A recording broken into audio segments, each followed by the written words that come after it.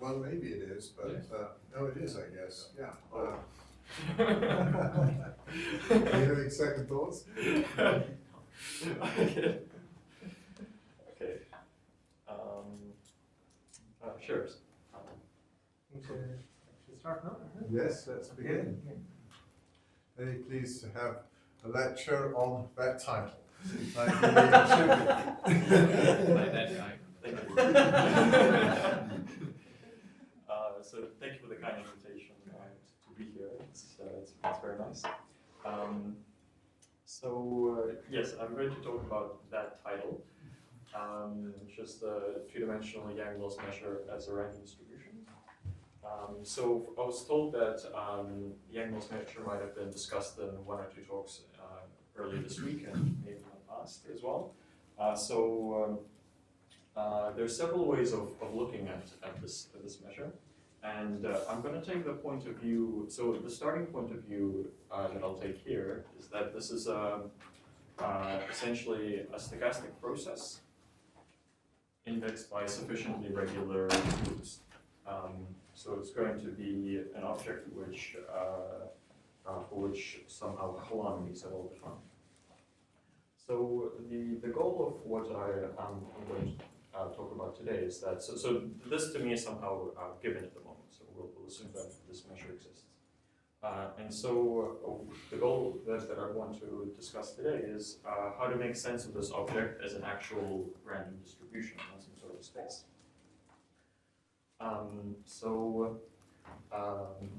So to start with, let's identify the torus. So I'm going to be working on the two-dimensional torus throughout. So we'll identify the torus just with the unit interval squared. I'm going to define a set of paths in this torus along which I want holonomies to be well defined.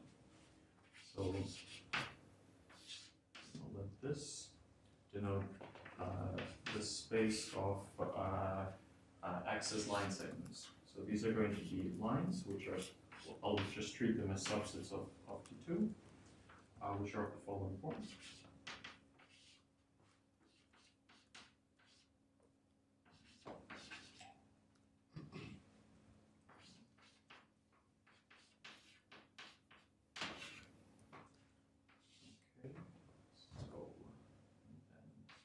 Here, x is equal to 2, lambda is equal to 0, and mu is going to always denote an space-time direction coordinate.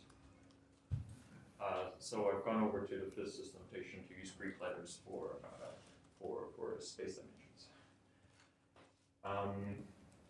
So this set is called the set of axis line segments, and we call the length of L is going to be this number lambda, and I'm going to say that the direction of L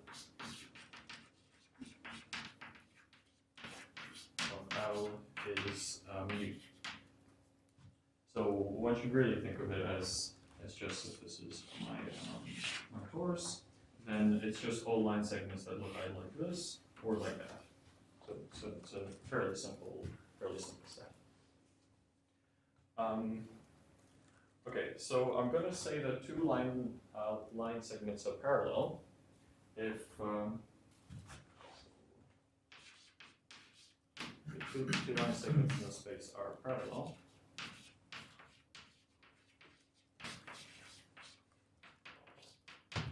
If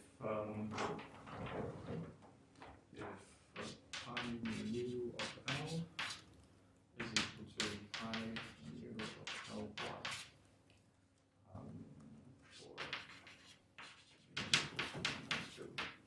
where pi mu is the projection from T2 into along the muth coordinate. So what this in particular means is that two-line segments are parallel if they effectively start directly vertically above one another or to the side of one another. So for example, these two pairs are parallel, but this one is not parallel with that. So this is but these two guys, so L bar is not parallel to so because they start at different points. Okay, so this is just So your condition family of L equal family of L bar is for one of the views, is not for both, because that would be just the same one. yes, sorry, yes. Well, I guess the projection of these guys would be, yeah, it'll be a single point actually, yes, so it'll be just for one of the views, yes, sorry about that, for either.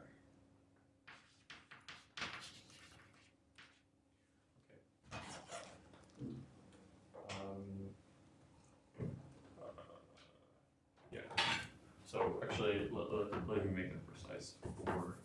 Yeah, but this is recorded, you have to solve it. Yeah. This is where mu is where the direction of L. Okay.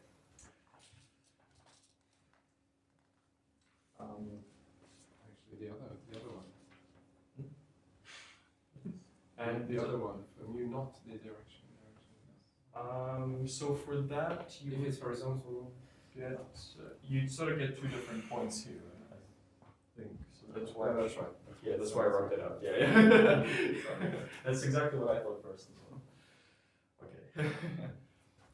And when two line segments are parallel, I'm going to denote their distance here by d of L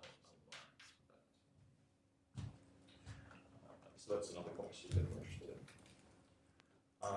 Okay. So so this is the basic sort of geometric object that I'll be looking at. For the rest of the talk, I'm going to fix compactly group.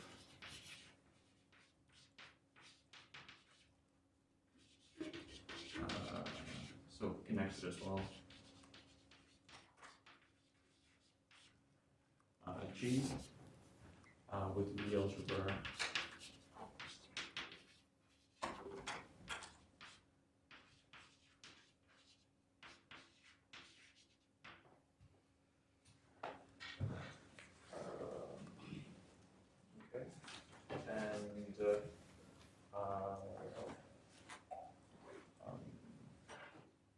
Okay, and so I'm going to now define. So an important ingredient in this is to define the space on which we would like this this measure to be supported.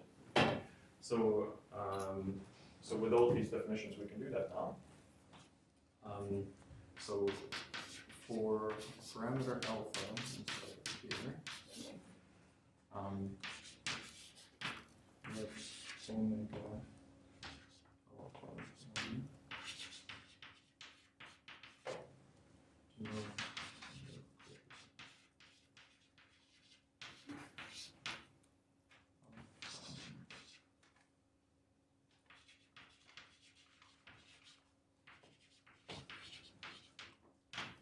bounded measurable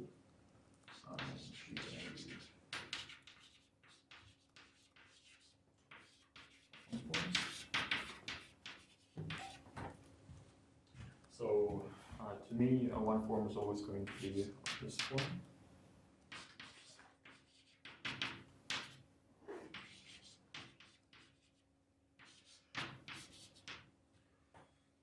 Where here is just a function from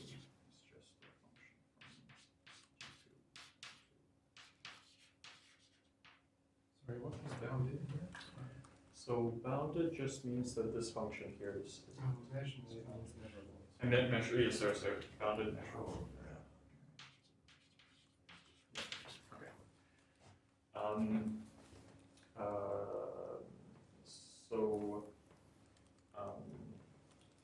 So I'm going to define denote the closure of this with respect to norm.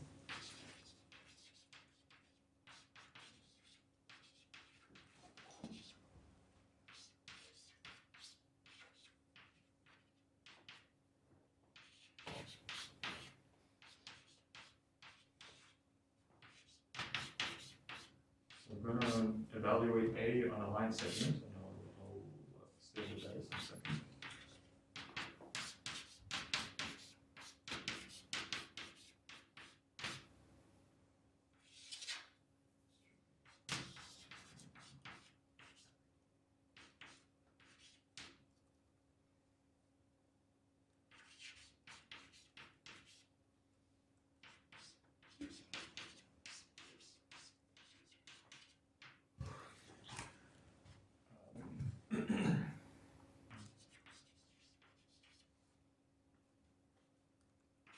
So A of L is going to be effectively the integral of A along say a path traveling at unit speed along one of these axes. So that's going to be given by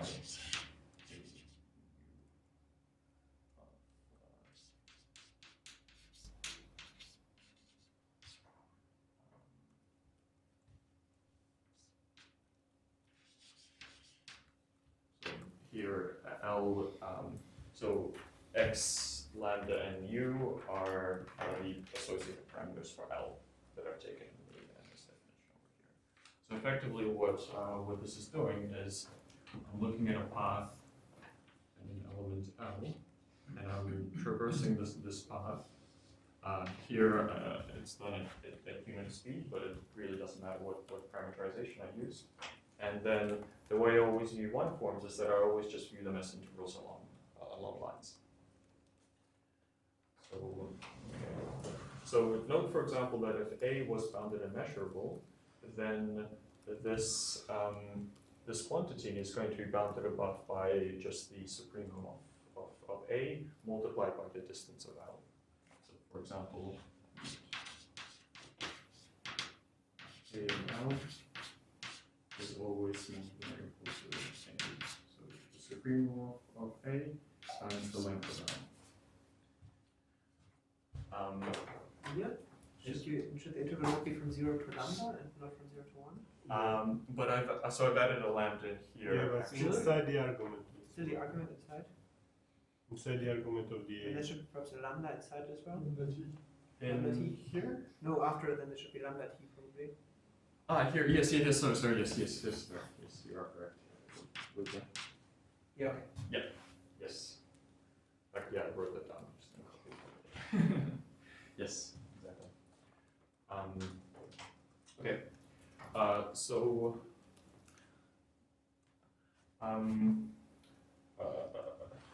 So clearly these objects all make sense, and they sort of increase linearly with the length of L, but only if we measure A in the uniform form. So what this norm is allowing to do is to actually measure the blow up of A along a line segment up to some power of L. And likewise, this is sort of measuring how close the integral of A should be when two line segments are close to each other. So if so notice that this quantity, so if alpha was equal to 1, is exactly the square root of this area here.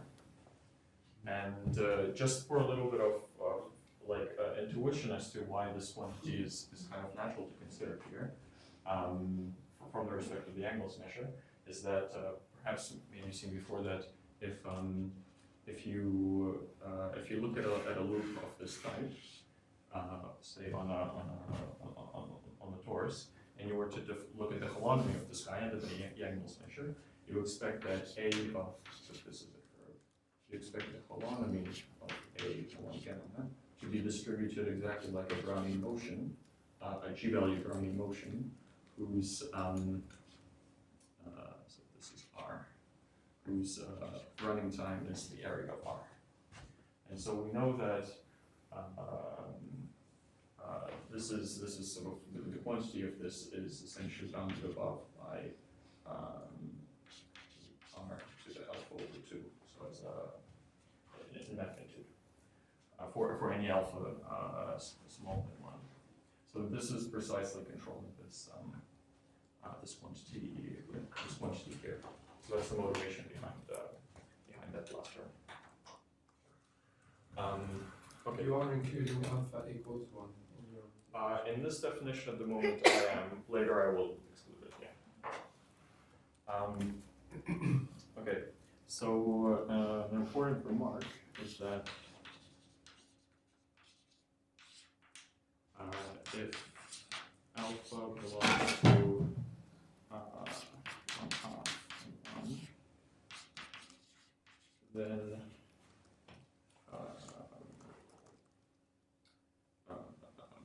so the path L, so LA, which I'll define to be a path 0 to 1, which takes values in the algebra, and it's defined to be. So I'll now run this definition only up till time t. This is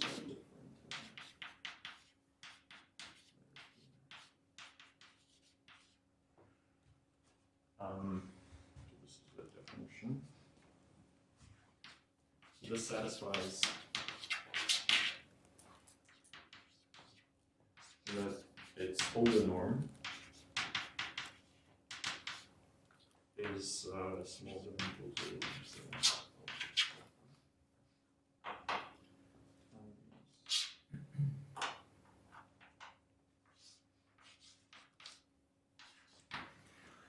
Times the subject. In fact, only this term is really needed to control the Holder norm of this path. So I'm integrating along the curve only up until time t. Is L A of L?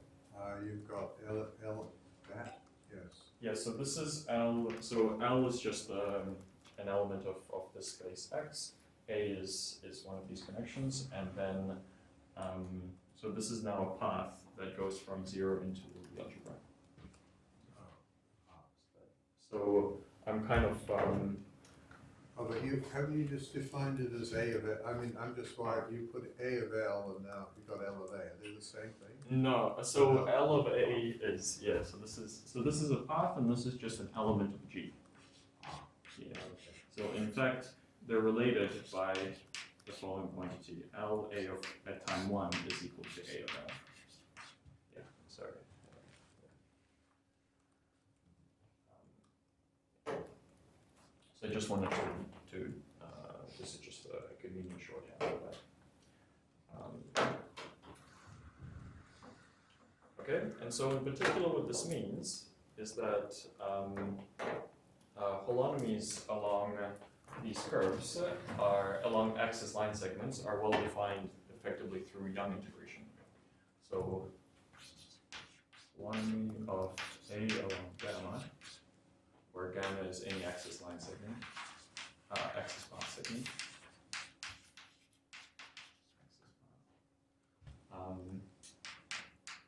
Is well defined.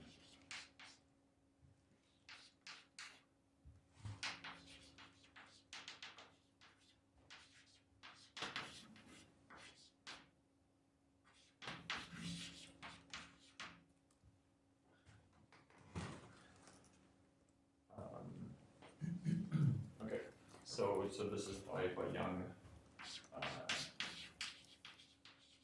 Young integration.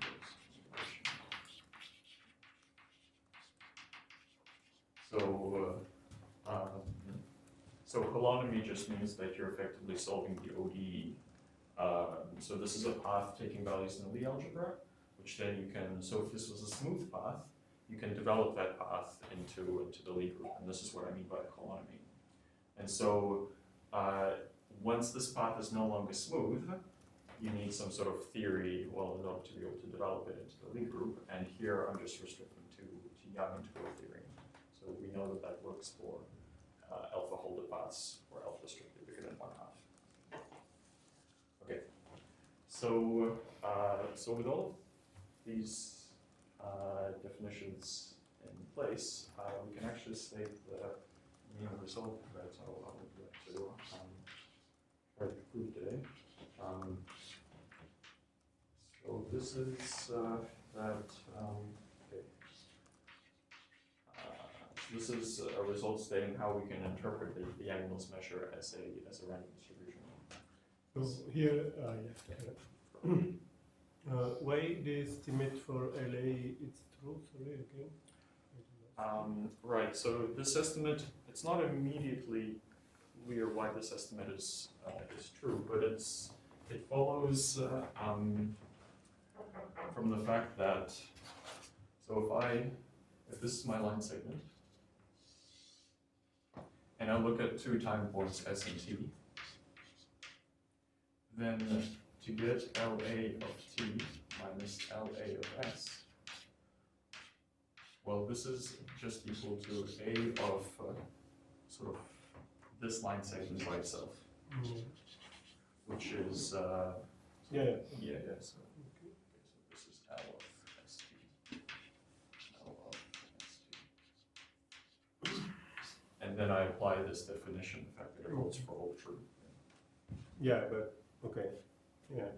So At this point, it's not clear why you can take alpha bigger than 1 half. No? Or it's easy. so why I can take alpha anything or Anything, yeah. Whatever. yeah. So I mean, okay, this is just the definition at Sure. this point Okay. in time. Yeah, completely. No, I wanted to check that I didn't miss anything. No. This is all just definition so far. Yeah. In fact, I was a little bit I brushed something on the carpet here that it's not really the closure of all bounded measurable functions, because I can definitely find an A for which this second part of the norm will be infinity, but I just take the closure of all bounded measurable for which just this norm is finite. So just keep in mind that as stated, this is not actually completely accurate, but morally it's accurate. So then, suppose G is either Boolean or simply connected.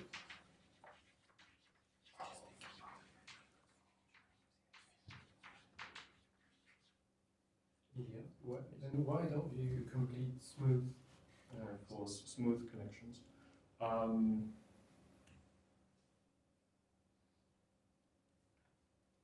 So that's probably actually a perfectly valid thing to do.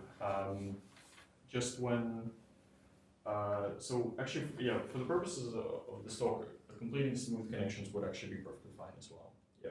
So actually, even continual, no, yeah, like differentiable ones would be sufficient to make sure that that second part is finite as well. So yeah, let me just actually closure of all bounded measurable one forms under the norm. I'll leave it like that. Yeah, it's fine. Okay. So I'm gonna impose a couple of conditions on the type of G that we can handle. So it's I'm going to consider two cases, either abelian or simply connected, and the simply connected one will be the more difficult one. Such that okay, so suppose G's are abelian or simply connected. Then for all open side N1,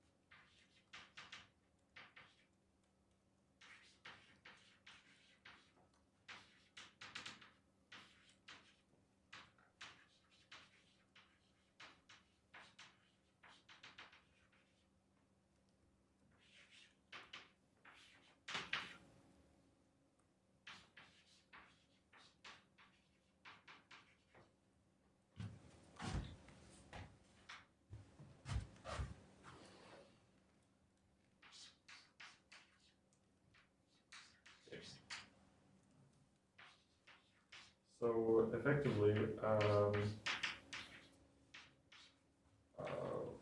what this is saying, so we're saying that there exists a random variable inside some of these spaces, such that the Wilson loop observables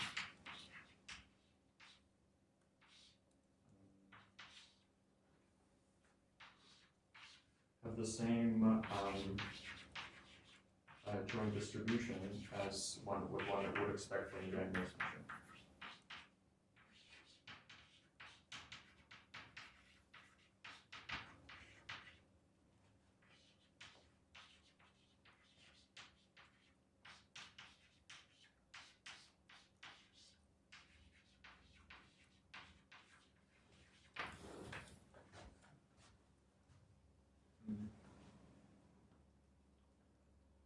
Okay, so if I give you a collection of axis loops, and I give you a representation of my Lie group. In fact, I can even think of my Lie group as being embedded inside some space of matrices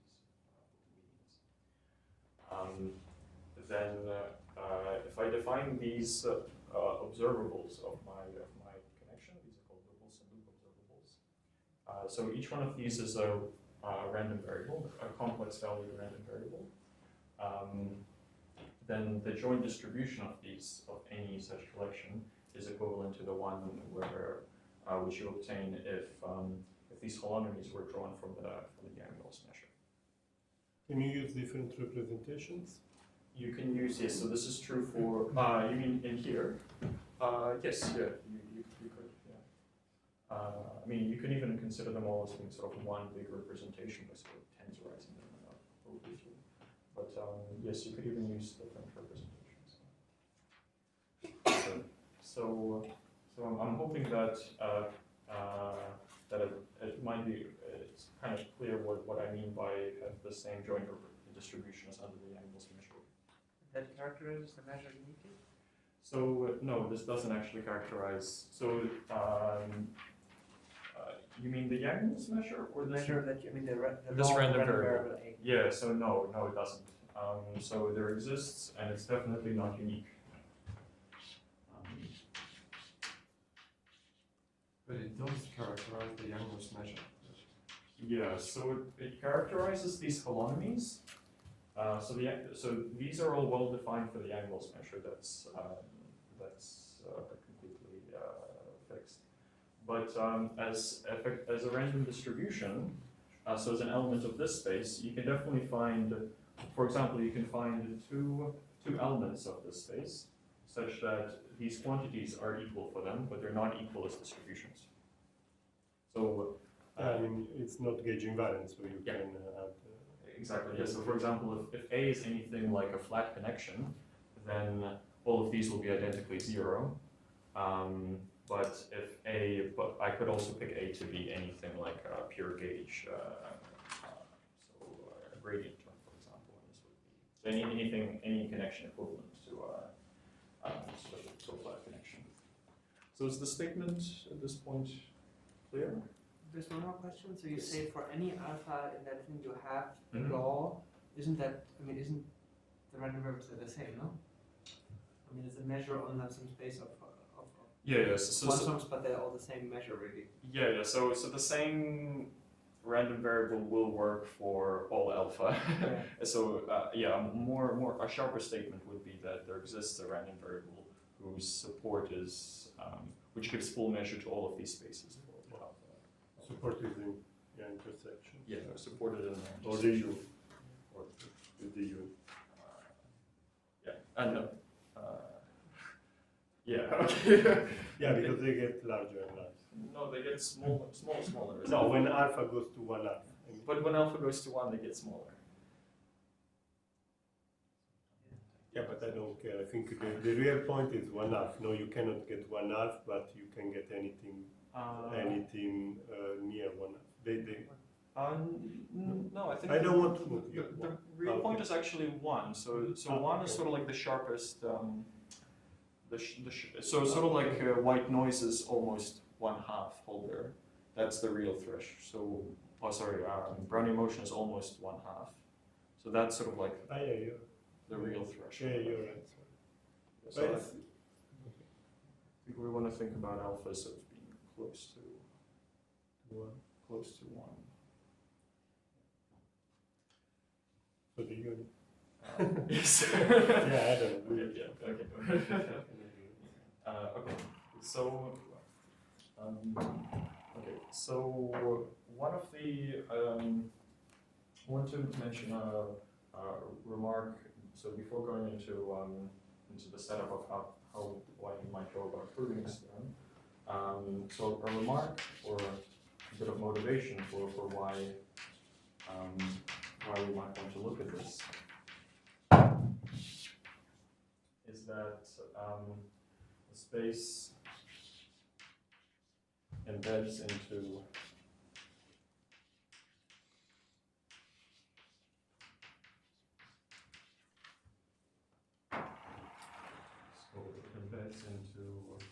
the space C alpha minus 1. So this is the notations, the Besov space. And this space is commonly used in the analysis of PDEs or stochastic PDEs. So one can actually use A, which is inside this space, as so an initial condition.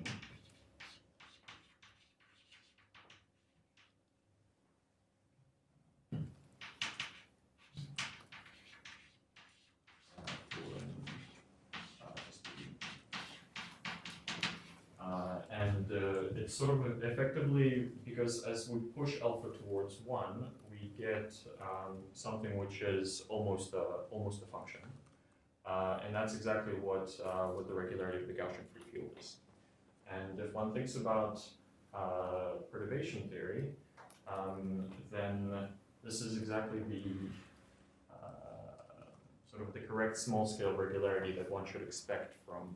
So, for example, 542 lives precisely inside of the space. So it's got the small-scale regularity one expects from perturbation theory. And the fact that we can start it from initial SPD is, that's potentially of interest because you can actually then start something like the stochastic quantization for the animals measure with respect to this measure. One might kind of hope that this would somehow be an invariant measure for this space. Is your condition, the irregularity thing, is that the same as saying that these two functions A0 and A1 are in that space?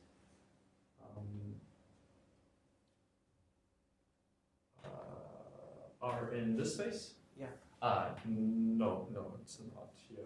In fact,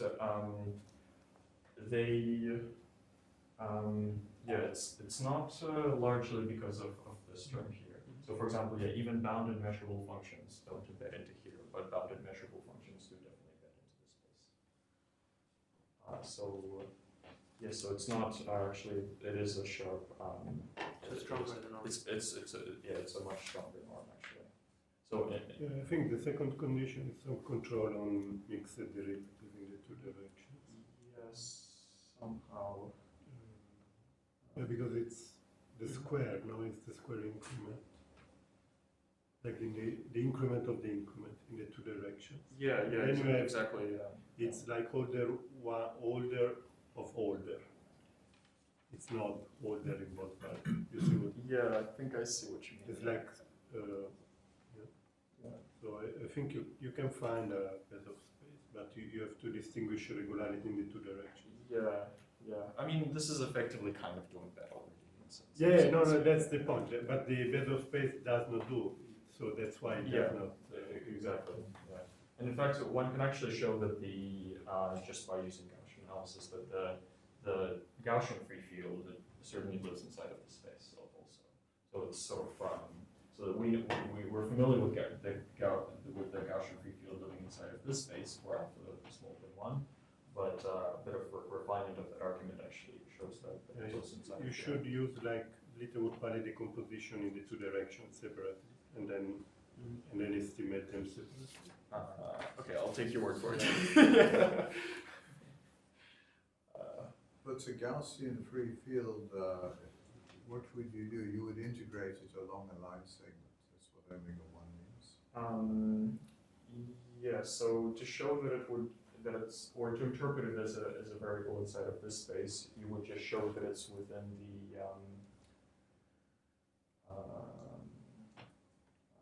you could, for example, take a multiplier and show that as you take the multiplier to 0, it stays bounded inside of this space. But I mean, the one meant one form. You don't want that anymore, or you want to integrate it along a line segment. Okay, so I guess what I mean by that is, so size my Gaussian free field. Then the way I interpret it as a one form is by taking it as follows.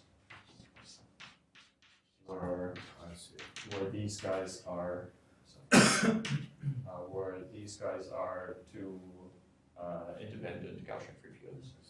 Yeah, so that's right. Yeah, so Lie algebra valid Gaussian free fields. Okay, so so the idea behind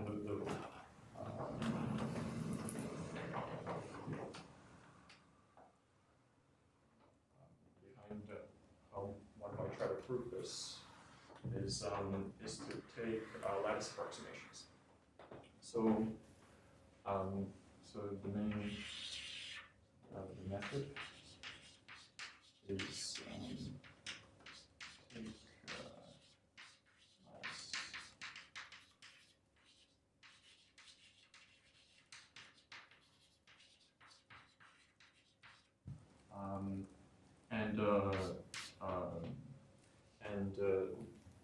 as Simon pointed out, these are highly non-gauge invariant objects. So I really want to actually fix a gauge when I take these lattice approximations. So I'm going to the gauge fixing procedure that I'm going to use is a variant of the Landau gauge, which I will describe in a bit.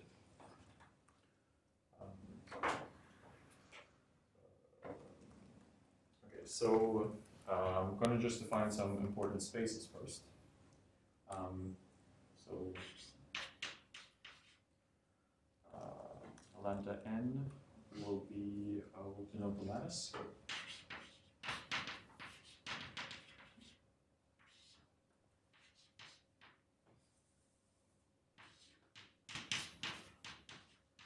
With space, so the data class.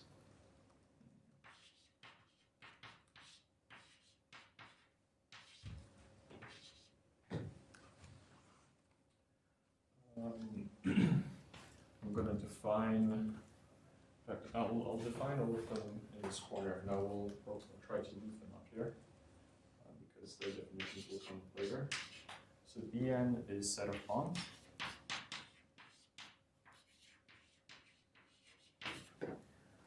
So these are all the variables that look like this. So they're pairs inside the lattice.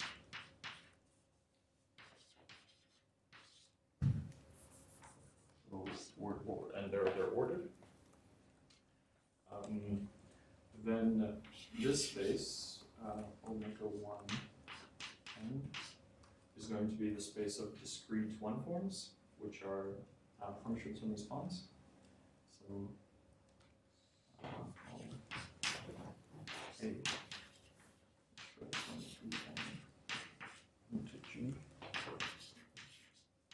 under the condition that a of xy is equal to negative a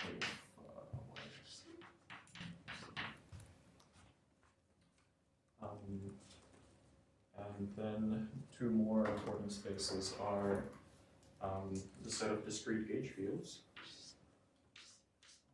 which I will denote like this. So this is supposed to be a map frac A, which is the usual configuration space. No idea how to draw that. So this is all U, which go from the bond variables into my V group under an analogous condition.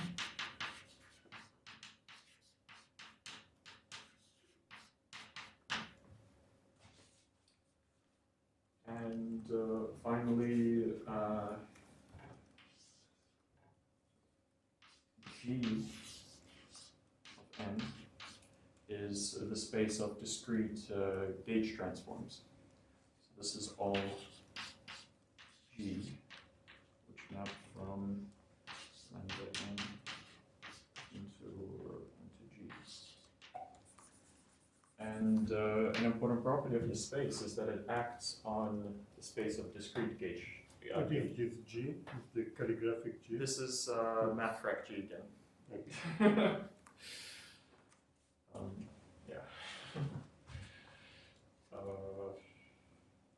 So Are the buttons oriented or they just? they're oriented. Okay. Yeah. So this is why if I'm looking effectively at the same bond, x, y, y, x, but reversed, I want this to be a minus here, and this to be an inverse. Actually, yeah, here you want the u of y and x in the right hand side. Oh, yes, sorry, yeah, sorry.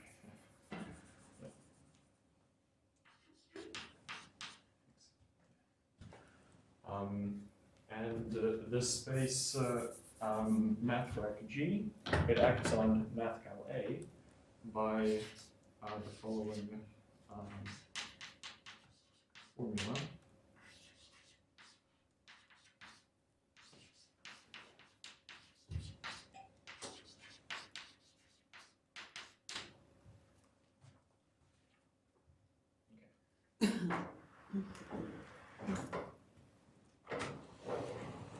So these are the sort of going to be the main spaces that we'll be looking at.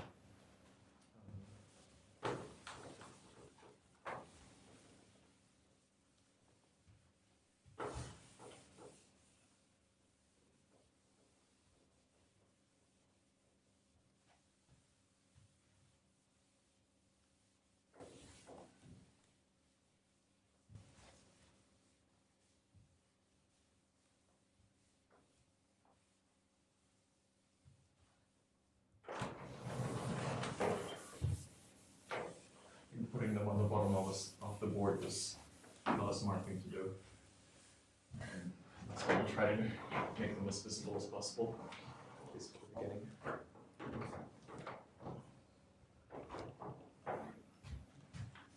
Okay, so so the space A of n, this is the space of the discrete gauge fields, and this is exactly where the discrete Yang-Mills measure lives. The discrete, so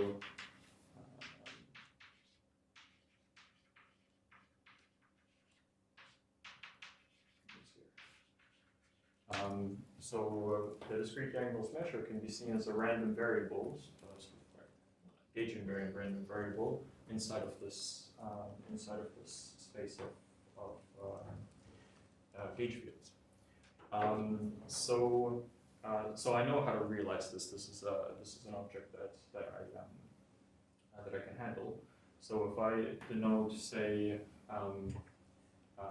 u of n as this Yang-Mills measure on inside of the space, sort of my goal of how to approach this problem is that I'm going to control these norms.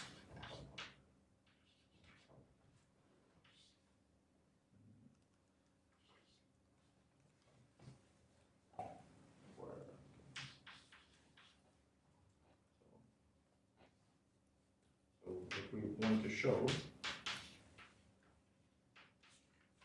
is that this quantity, Sn, is bigger than or equal to 0, is tight. Okay. So if I take a realization of my Yang-Mills measure, I want to show that I can always find a discrete gauge transform.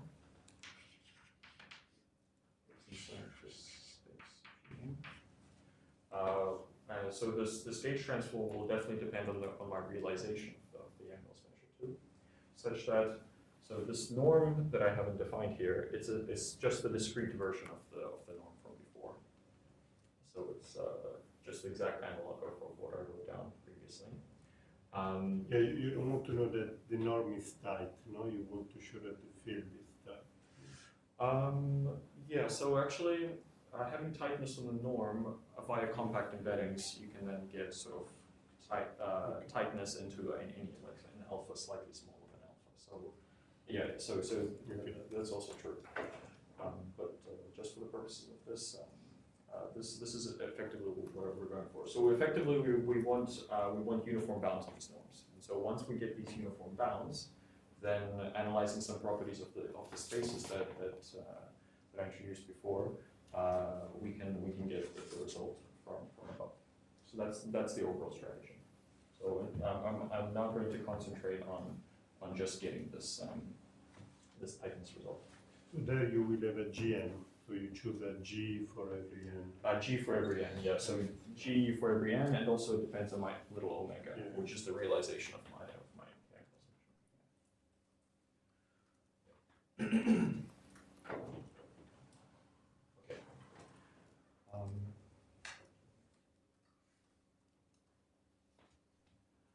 Okay. So for in order to do this, we're going to introduce several gauge invariant quantities on U, such that if those quantities are well controlled, then I know that I can find a gauge transform which controls my Holden norms sufficiently well. So in some sense, this could be seen as a version of Coulomb-Beck compact, which is that so Coulomb-Beck compact states that if I can control my Yang-Mills energy, which is a gauge invariant quantity, then I can always gauge transform my field to have low Sobolev norm.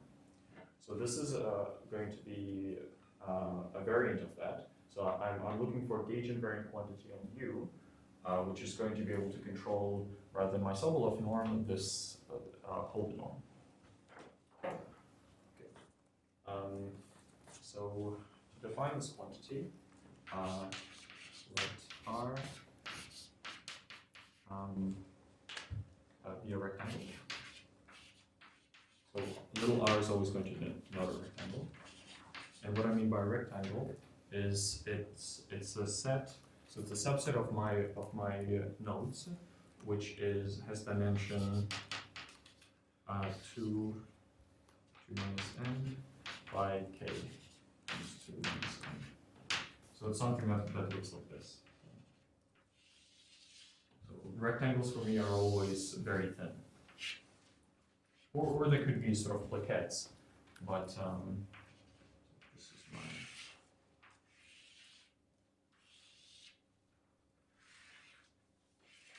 So if this is my torus, then a rectangle would be something of this type. So the gap between here is 2 to the minus n. And this is then k times 2 to the minus n. Or obviously vice versa. My rectangles can be vertical as well. Okay. So for U inside my configuration space, and a rectangle R of this form, we define U along the boundary of R as ordered product.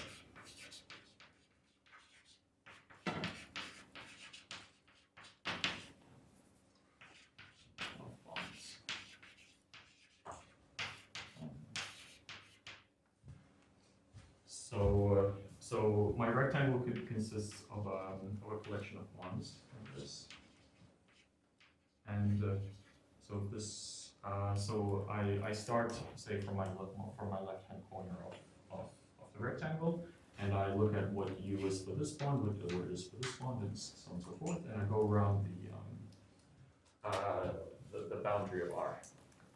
And so this gives me an element of G. So this is element of my Lie group. So you always start at a distinguished corner on the rectangle. Yeah. So I'm going to change where I start in several parts, but there is always a distinguished point on the rectangle where I would start. Yeah. For the purposes here, we can actually just start from the left-hand corner always.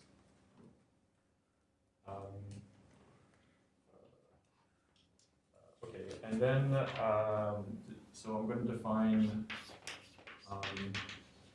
a sequence of subrectangles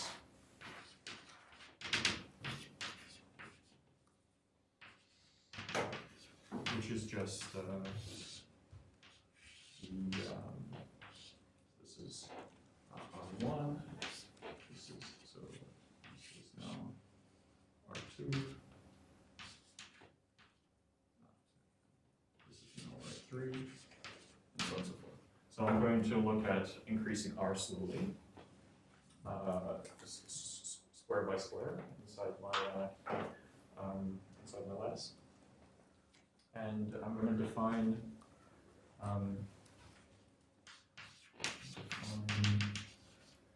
X, which we call the anti-development of U.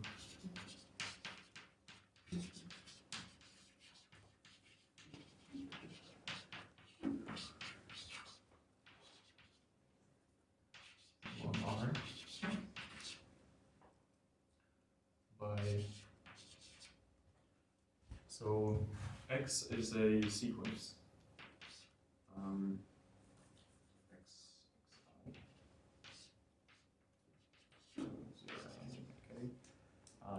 Such that x0 is 0, and the increments of x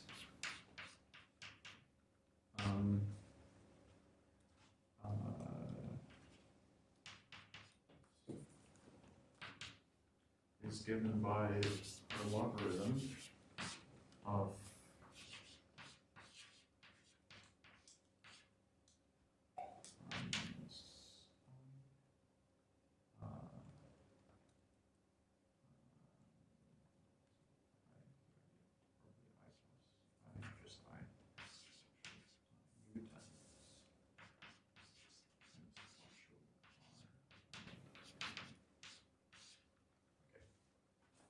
So I've never, I don't think I've mentioned this logarithm yet, so let me just make a note. So throughout everything, we fix a map log, which goes from our Lie group into the Lie algebra, which is the left inverse for the exponential map. So exponential of, if I exponentiate an element log of element x, I get back x.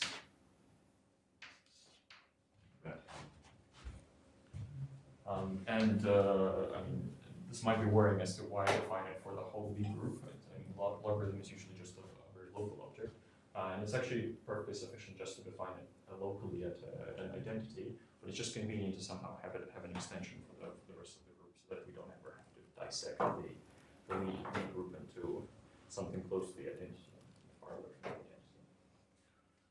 Okay, so this the sequence xi is called the anti-development of U, precisely because you can really do that. You can define it on the whole Lie group without a cut or anything like that. yeah. So there's a non-unique way of doing this. It depends on your branch cuts, but there is. I'm just going to choose a branch. I just choose a branch cut Yeah. here. Yeah.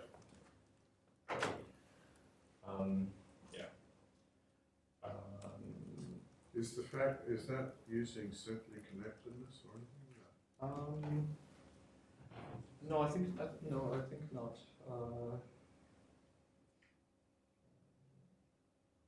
Might be using connectedness, but actually simply connectedness not. I think not yet. Are you assuming that it is the natural logarithm in the neighborhood of the identity? Yes, definitely. Yeah. So I'm assuming that this is the canonical logarithm in the neighborhood of the identity. And I mean, this map log is not actually going to be continuous either, because I have to choose a branch. So it's not continuous. It's not continuous, yeah. But it's a diffeomorphism in the neighborhood of the identity, which is what's going to matter here.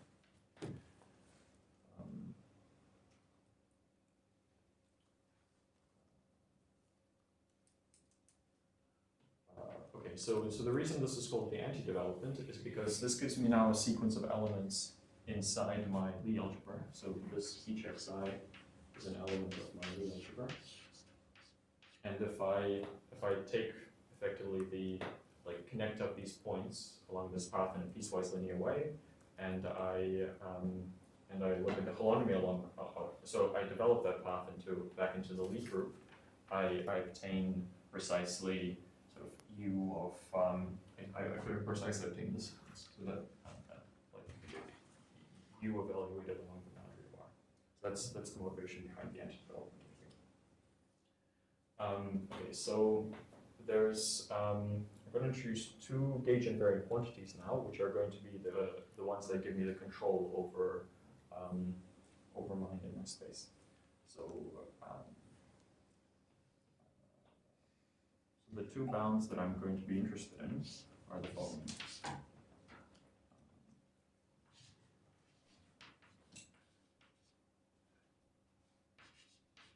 Explain these in a second. Does k have to be less than 2 to the n in order to do this? Yeah, I'm sorry. So k here is k here belongs to the set 2 to the n, say minus 1. No. Okay.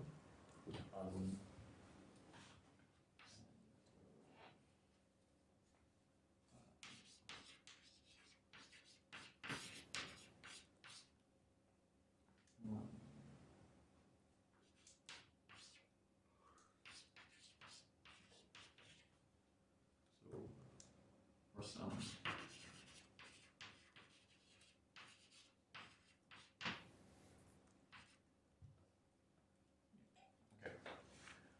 so I'm gonna refer to these bounds in a second.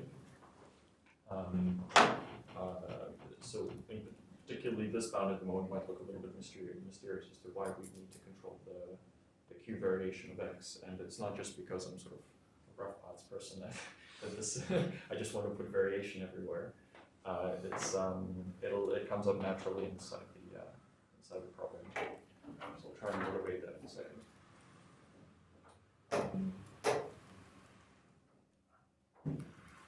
So what actually is the Q variation, or you can explain that? Yeah, so Q variation is it's a control of sort of how oscillatory x is. So let's choose these.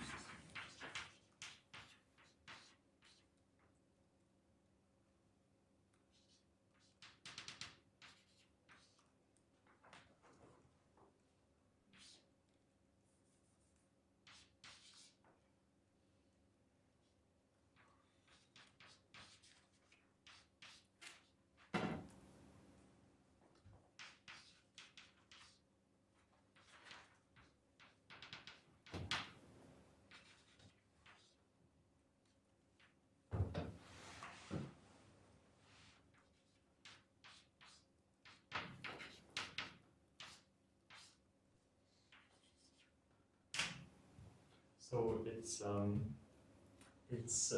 it's kind of like a generalization of bounded variationness. So it's a certain measurement on the length of a path.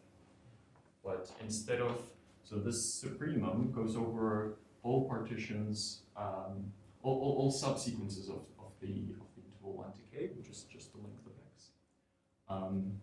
So increasing subsequences. And then I look at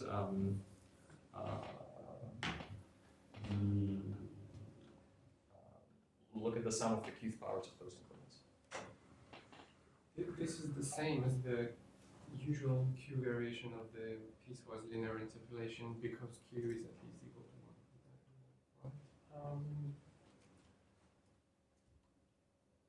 1. Yeah, that's right. I think it's not entirely obvious because you could go somewhere halfway between 2 points, but I think like due to convexity, you're always guaranteed that the maximum will be reached on the second. Yes, Yeah, there so is this issue. Yeah. But I think you're still right. Okay, so with these.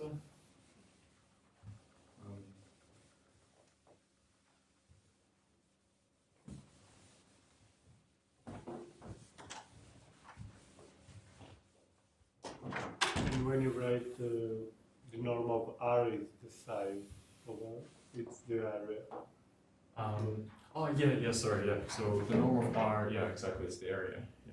So R is area, which is in this case equal to then K times 2 to the negative 2n.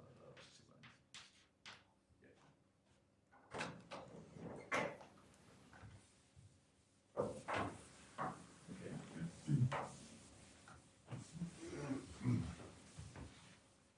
So I think we'll only have time to explain the first part of the of this theorem, which is the more interesting one. So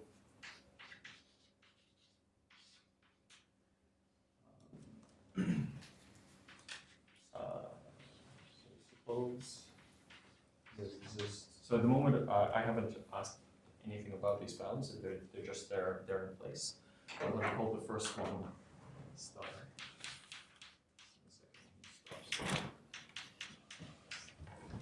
So suppose that for some alpha inside p-thirds 1, so I just need to stop it from going close to 1. C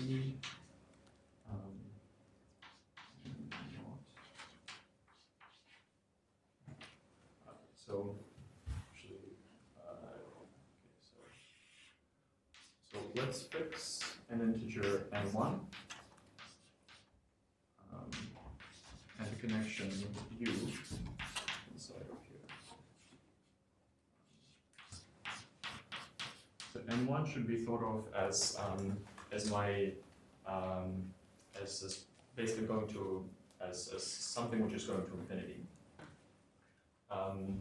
And this quantity n naught, which I'll state in the theorem, is going to be like a mesoscopic scale, so it's something which will be fixed.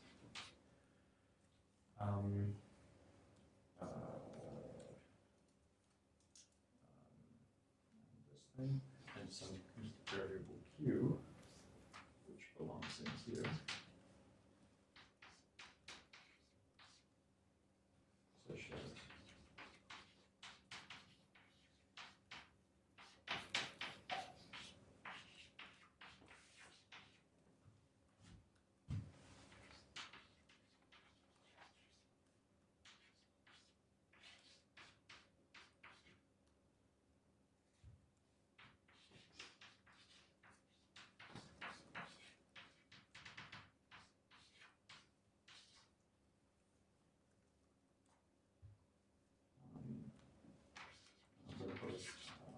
slightly more technical solution here.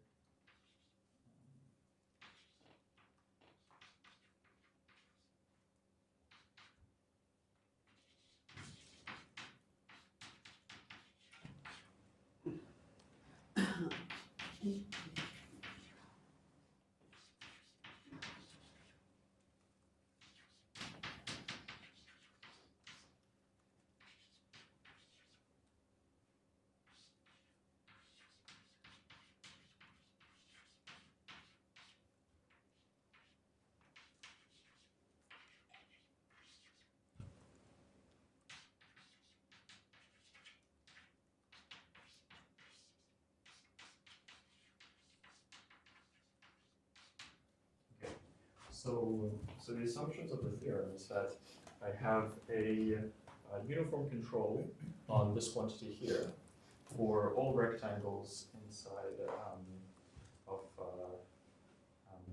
inside my dielectric lattices. So x here is the guy that comes from the U at scale n. So here I'm using a slightly abusive notation because n1 here is bigger than n, but I can always treat an element inside of here as also an element inside of A with the same n, or with a smaller n.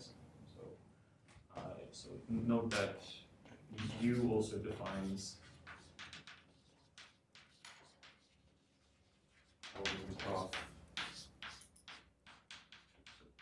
canonically defines an element of an for n small thing. Okay. So once I have uniform control on this quantity, and for my sort of initial scale, which is n0, I have some sort of control on the boundedness of my initial connection u. I only need this control if G is not abelian. So this quantity here should be thought of as somehow controlling the non-abelian nature of my connection. Which one, the first? So this whole condition here Yeah. should just be thought of as a necessity for that my initial gauge at scale n0 is sufficiently small. And I only need that in the non-abelian case. So the strategy is that I'll start off with something that is sufficiently small, but not sort of asymptotically small as n1 goes to infinity. It just has to be small at some scale. And then once I start with that, I can propagate that down to smaller scales and get uniform control in n1. So so this precise statement about that is then exists k, and it depends on everything except for n1, which is the important thing.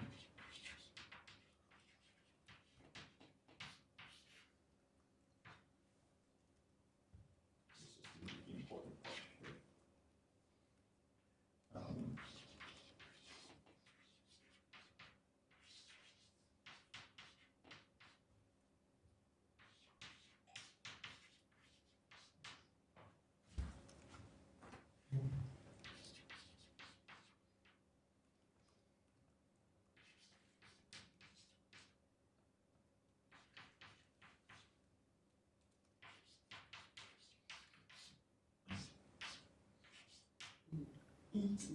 So let me define, so that if I define k to be the logarithm of,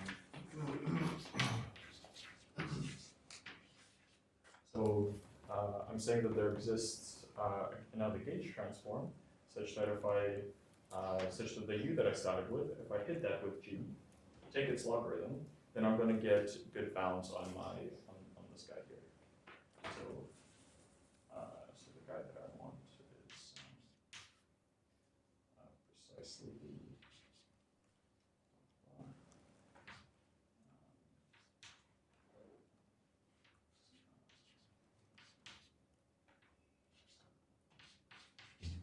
so this x to the n1 just means the line segments which are somehow embedded inside my lattice of scale 2 to the n1.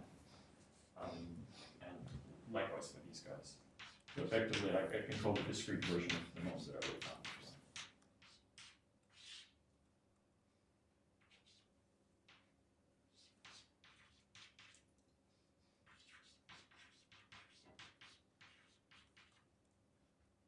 This is small linear in this case.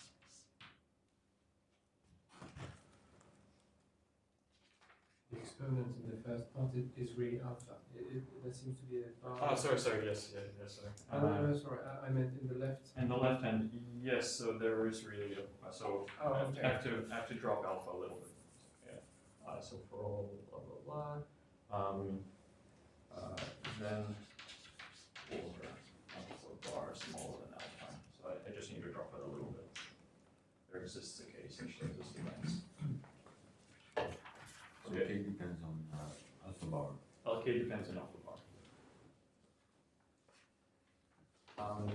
Okay, so I will try to briefly illustrate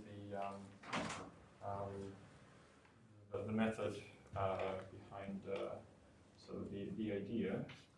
Sorry, I have another question. This A presumably is big enough that it doesn't prevent you from looking at any. If you have a gauge field that really has a big holonomy somewhere,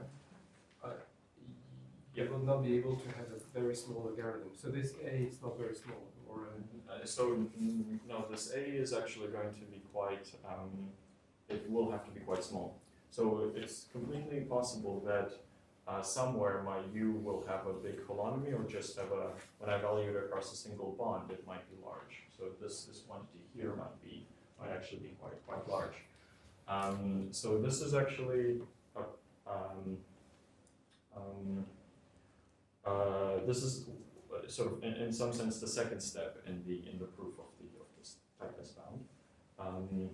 The first step is actually just ensuring that I can get my U to be small on some scale, but not necessarily satisfying these bounds, but just sufficiently small somewhere. So there's another, the general idea is that you first apply one gauge, which just gets it sort of roughly sufficiently small, but not asymptotically small as n1 goes to infinity. And then once I get it small in some scale, I use that as my n0 and plug it into this theorem here. So it's sort of like two different gauges are being used. And so this first one is, or rather the second one here, is a variant of the Landau gauge, whereas the first one is a variant of the axial gauge. And the axial gauge is somehow doesn't give you the correct small scale regularity. This is why you need to apply it up to some scale, after which you apply the Landau gauge. Yeah. Okay. So, sorry, let me just ask. If you have a connection, if your U has a lot of curvature, maybe you need to take N1 big enough that the bonds are small enough that the U will be small on every bond. Is that correct? I mean, yes, yeah, that's correct. So if I start with U that has somewhere a really large curvature, I'll have to take my N0 very, very large. Your N0. My N0, sorry. Yeah. This is this is over N0. Yeah, this is over N0. Yeah. Okay. Yeah. Thank you. And actually, I can actually state the describe the other ones, but there's a so this is the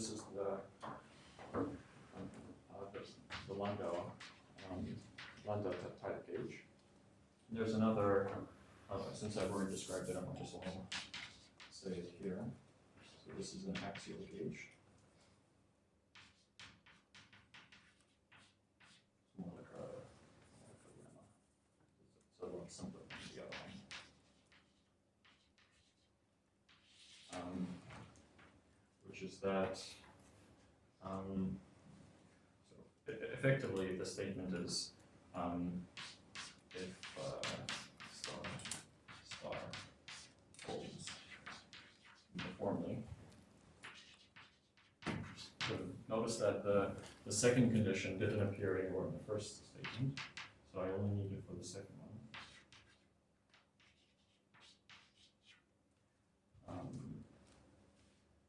And the G is simply connected. This is the only part where we need simple connections.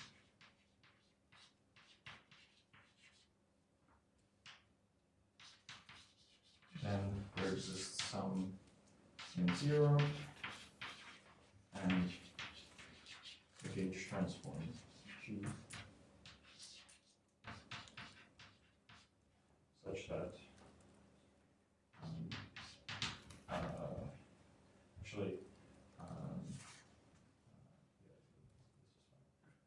such that I get the following uniform bounds.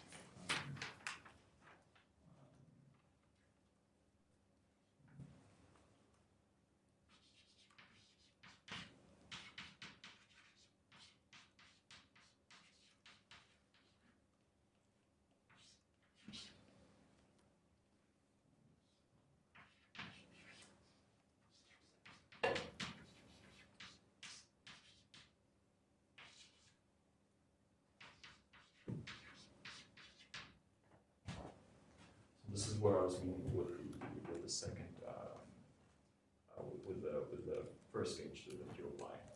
So So this quantity here is, so this is a bond of size, should be n0. So this is a bond of size 2 to the n0, and if it was in the good gauge, we know that that should be roughly of size 2 to the n times alpha, whereas this sort of simple, simpler gauge, which requires control on this quantity, only allows you to go up to scale alpha over 2, which is kind of like the regularity of Brownian motion. Its construction is actually motivated by looking at Brownian motion sample plots. So this lemma is effectively used to ensure that we can get input into to use this theorem. Sorry to interrupt again. When you say uniformly, it's uniformly over the rectangles?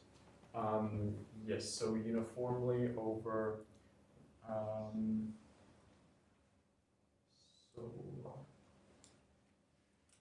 so actually I only, sorry, I misspoke here.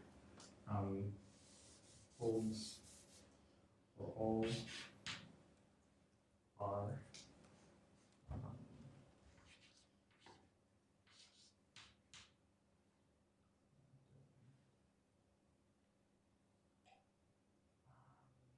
okay, so I tried to write this down far too quickly and it's not very precise. But it's for all rectangles inside the lattice size on which U is defined. Okay, and G is simply connected or abelian, but we don't care about that case. Then, okay, so scrap this part. I'm going to say there exists a K, not depending on N1, and a gauge transform such that this holds. So, sorry, I changed my definitions over there, but I just need control over all rectangles on one fixed scale. And then once I have control of this quantity on one fixed scale, then I can apply this so-called axial gauge. Where does this K appear? Sorry, K appears in here.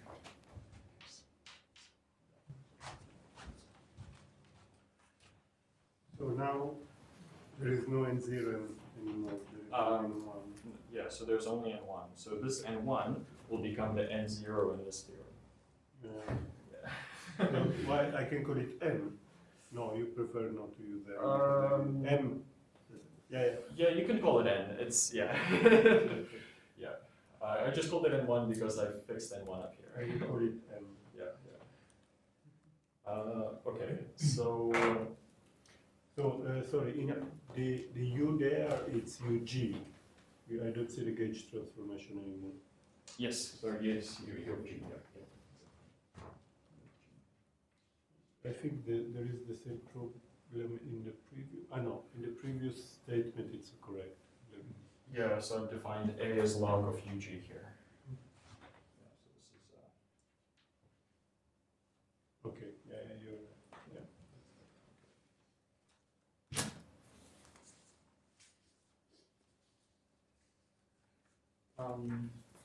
Okay, so there's a bit of motivation as to how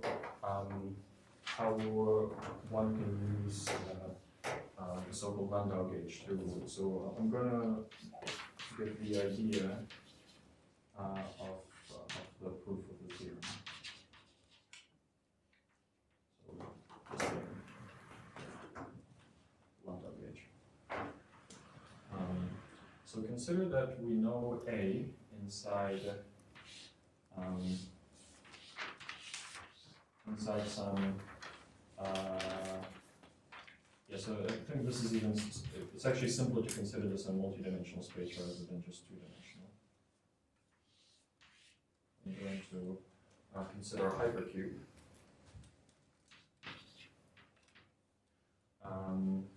And I'm going to consider a smooth connection A. So this is smooth connection on B, including the boundary of B.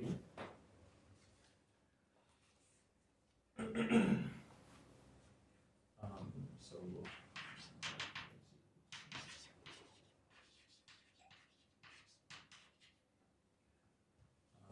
and I'm going to suppose that U satisfies this this gauge that I was mentioning, which is this quantity. It's like a divergence free. So this is the Landau-type. So in differential geometry, I think it's also called a Coulomb gauge.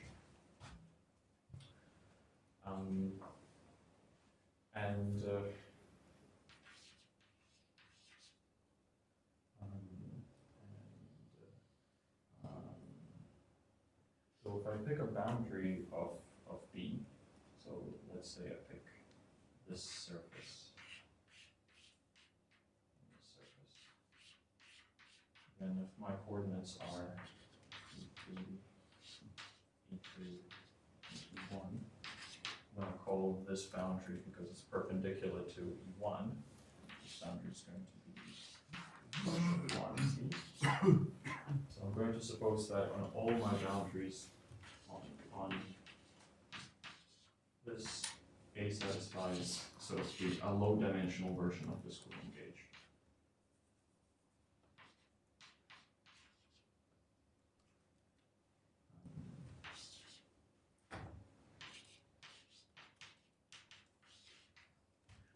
So effectively, A satisfies the Coulomb, the Landau gauge inside my box, and on the boundaries, it satisfies a lower dimensional Coulomb gauge when you restrict it to the appropriate directions.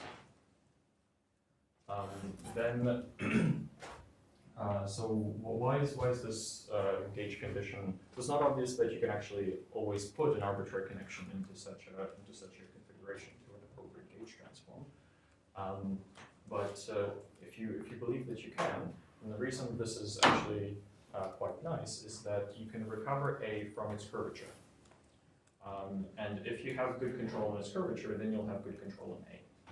So the reason that you can recover A from its curvature is that you can write, so the curvature of A is this quantity.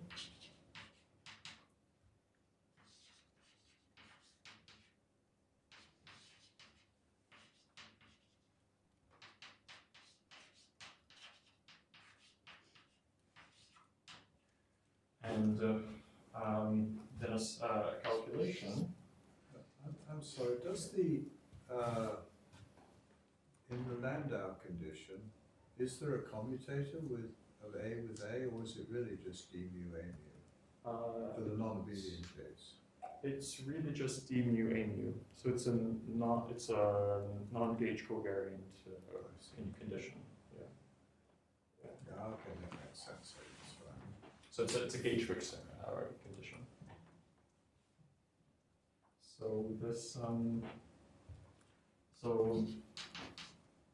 provided that one has good control on the curvature, and then you can recover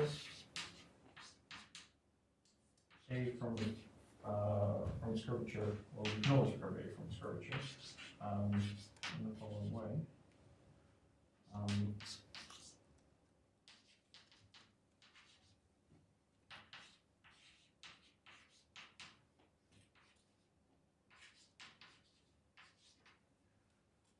So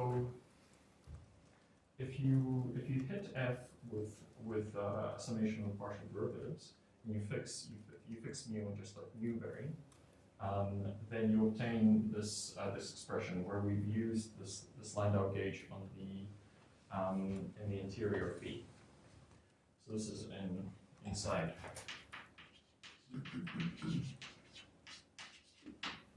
B. So I haven't actually used this condition yet. Then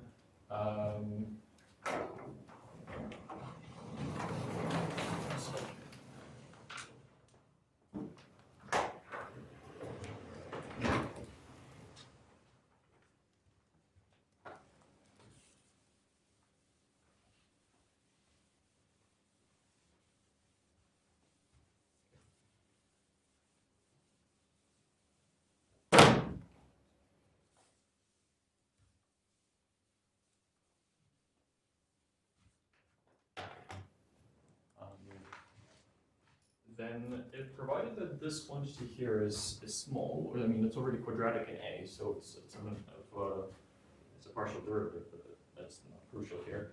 So it's of an order quantity than A itself. Then if I have information on the curvature, I can really recover A. And moreover, this partial Landau gauge condition on the subspaces, this implies that implies effectively a Neumann together with the full Landau gauge condition. It implies a Neumann type operator, Neumann type boundary conditions, and partial mu of P. So in order to solve for A of U, I suppose that I know the value of A on the, so if I want to recover the quantity A1, well, I know that I have, I suppose that I know the quantity of A on the hypersurfaces which are sort of parallel to this, to the direction. And I've got this Neumann condition on the boundaries. So the probabilistic way of writing this condition makes it quite clear what's happening. You can use the maximum principle as well, but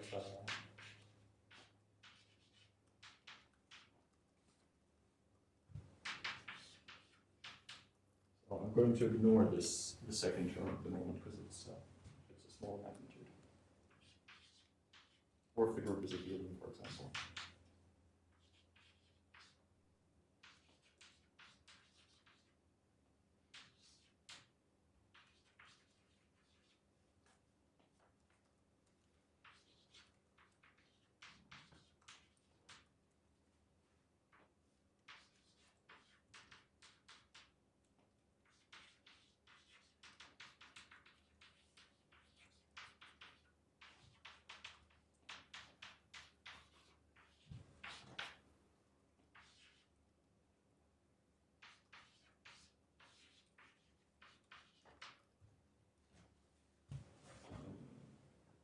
Excuse me, Ilya.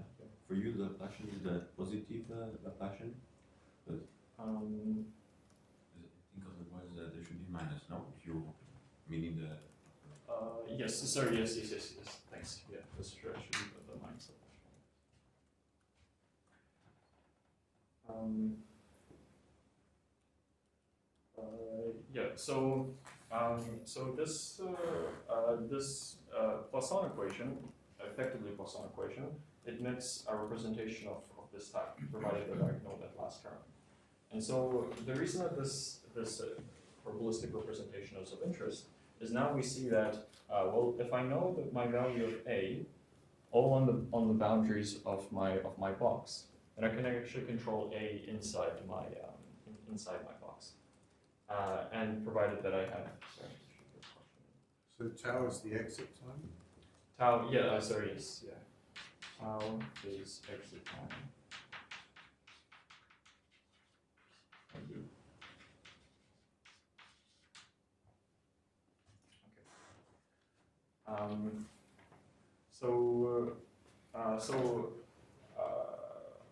I hope that this just gives a bit of motivation as to why this Landau gauge condition is quite natural from the perspective of controlling the regularity of A. And so if one looks, for example, at classical Uhlenbeck compactness, then this Landau gauge condition is exactly what is used in order to, so you always bring your gauge into this condition, and you always bring your connection into this conditions through some gauge transform, and then you can effectively recover A from the curvature once you have enough control on it. Okay, so I don't, as a final remark, then the way that this, the way one goes about proving this theorem then is you basically just take discrete analogs of all of this. And this Brownian motion becomes effectively just a random walk on the lattice. In fact, this box B is going to play the role of a dyadic box. And so, so this gauge that I've described up there is going to be defined on inductively. So I would define it first on scale n, and then I define it on one smaller scale. And then when I define it on one smaller scale, this box B is going to play the role of, this is a three-dimensional box, in two dimensions it's even simpler. So if I have my gauge defined on small scale, on scale n, then I just need to define it on the new points when I refine my scale by 1 point, by one step. And what I do is I enforce the Landau gauge condition on each one of these blocks, which is, I mean, that's a trivial condition to satisfy. Just make sure that this bond is equal to the value of u, and this bond is equal to the value of u in that bond, which makes sure that it doesn't sort of explode. And then this point is the one that you need to define next, and you just define it so that inside the sort of the discrete version of A satisfies the discrete version of this Landau gauge. And this is effectively, when you do that, this bond here is going to be an arithmetic mean of the bond up here and the bond, or the bond right over here and the bond over here. So that's, which is the equivalent of this guy here, plus an error term that comes from the two boundary quantities. So from the two bucket quantities, which is associated with this guy. So I don't think I have enough time to define this gauge inductively, but so this intuition is really, so it's like effectively a discrete version of this boundary value problem that how you go about defining this gauge. Yes, I have an equation with your formula there. I mean, the formula with the Laplacian, the PDE contains this quadratic. So yeah, so I ignore the final term. Yeah. So I treat it as an error term, kind of. Yeah. So in the I kind of want to think of A as already being quite small, so it's something which is quadratic in A. Okay. So this is just the.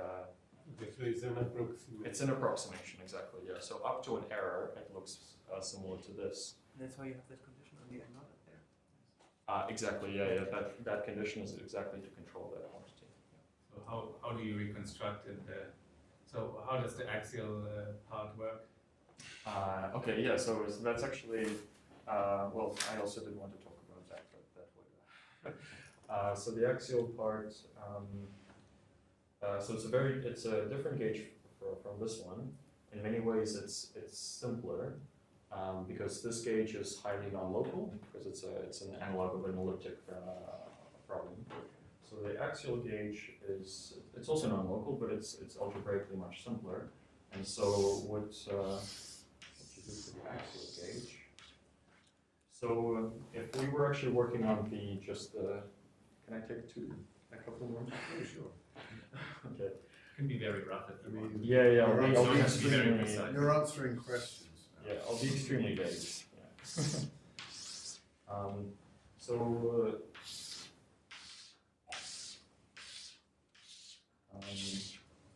So the way that the axial gauge works is you set up your bonds along one distinguished axis, say the y-axis, such that these quantities are so u along these bonds is the same. Yes. Yeah. So I make this constant. Then I want to effectively make these bonds. I would like to make them all the same also, but I'm not able to do that.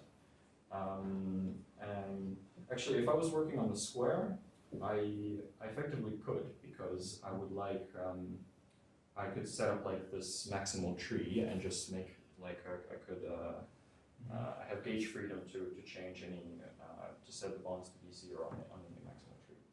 But since I'm working on the torus, it's a little bit And this is really only where, the only part where simple connectedness comes into play. I effectively want to set up, find the variables u1, u2, etc., un, such that their products is the value of my previous connection evaluated on this whole line, but such that all of their quantities that are very similar to each other, so that they're all very small, and moreover such that these ones are also small.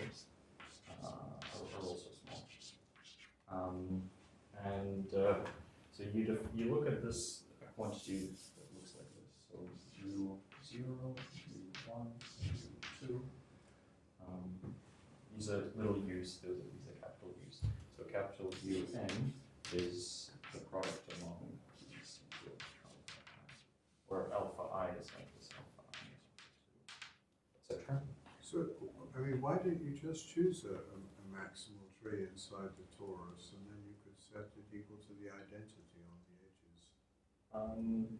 So the reason for that is because once I do this, there will always be at least one bond somewhere, which is going to be sort of like set by all the other bonds combined. And that bond, I'm not going to be able to get control over it. Because there's a bond like maybe this final bond here. It'll be like, so the intuition behind the Yang-Mills measure is that as I look over each plaquette, I'm kind of like running a Brownian motion. And once I run my, I run my Brownian motion over to here, and then there might be an independent Brownian motion running over here, and so on and so forth. But once I reach some plaquette over here, it'll be like the sum of all of those Brownian motions, which is going to be quite large. Yeah. So this is why I have to do this slightly more involved procedure. What kind of equation do you have to solve so that you can construct this G in the lemma? So for the theorem, it's some kind of nonlinear PDE or something, and then of course you need some smallness conditions so that you can do it. And what's the basic problem that you? For the axial gauge here. Yeah. So for the axial gauge, actually the axial gauge on R2 is the simplest thing to. So without any of these conditions, you can always set your gauge so that it's of this form. So A1 is equal to 0, and partial to A2 is equal to 0 on, say, E2 axis. So this is A1 and A2. Sorry? Don't you mean A1 equals 0 and A2 equals 0 on the E2 axis? A1. I mean, without the differential. No, he wants the differential. Sorry. No. Yes, sorry. I want this to be 0, or constant.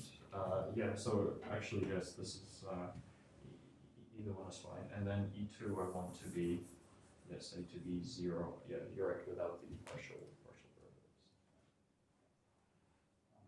Although the partial, I thought you were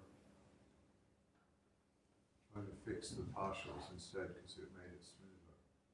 That's not right. No, it's not.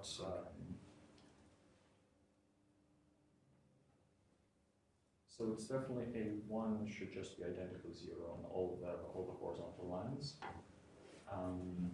everywhere. And I want A2, I can fix A2 to be 0 on the E2 axis. But this is really on R2, where I have no sort of topological obstruction to doing this. Whereas on the torus, you can't actually do this because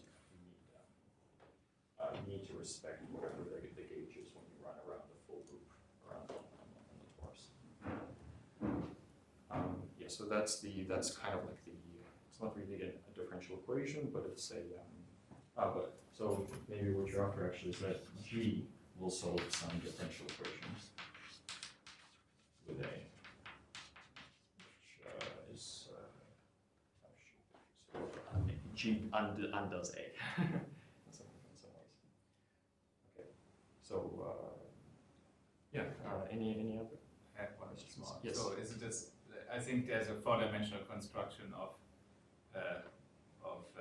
young males in ultraviolet by some French people, in particular Rivasot, and I think other people, and they also always apply axial, and I think anyway, I don't like it's a long time ago that I looked at the paper. Inductively as you proceed in scales, is it the same? Because that's a very strange point in this paper, and it's not really clear if you can actually do it. Have you looked at the paper? Yes, I know the paper that. So I confess I didn't. To understand. Yeah, I didn't understand everything in that paper or close to it. But for sort of one of the points of departure is that they're concentrating on the continuum scale, and they're doing it much more from a sort of perturbative point of view. Yeah, so being honest, I'm not sure exactly how it how the dots connect with what they're doing here. Okay, so apologies we didn't have time to properly discuss the thing, but hopefully the intuition there is clear. Thank you very much.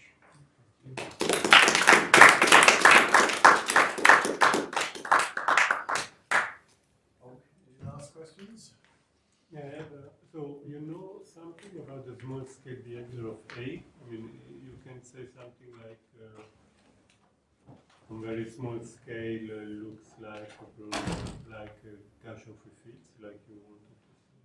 Right. Yeah. This would be so. The answer is no, but that would be exactly what one would expect. So sort of like you can always find a gauge such that at least on small scales you can effectively subtract off the Gaussian free field, and then it looks like something much more regular, just like for 502. But I don't. Okay, thank you very much.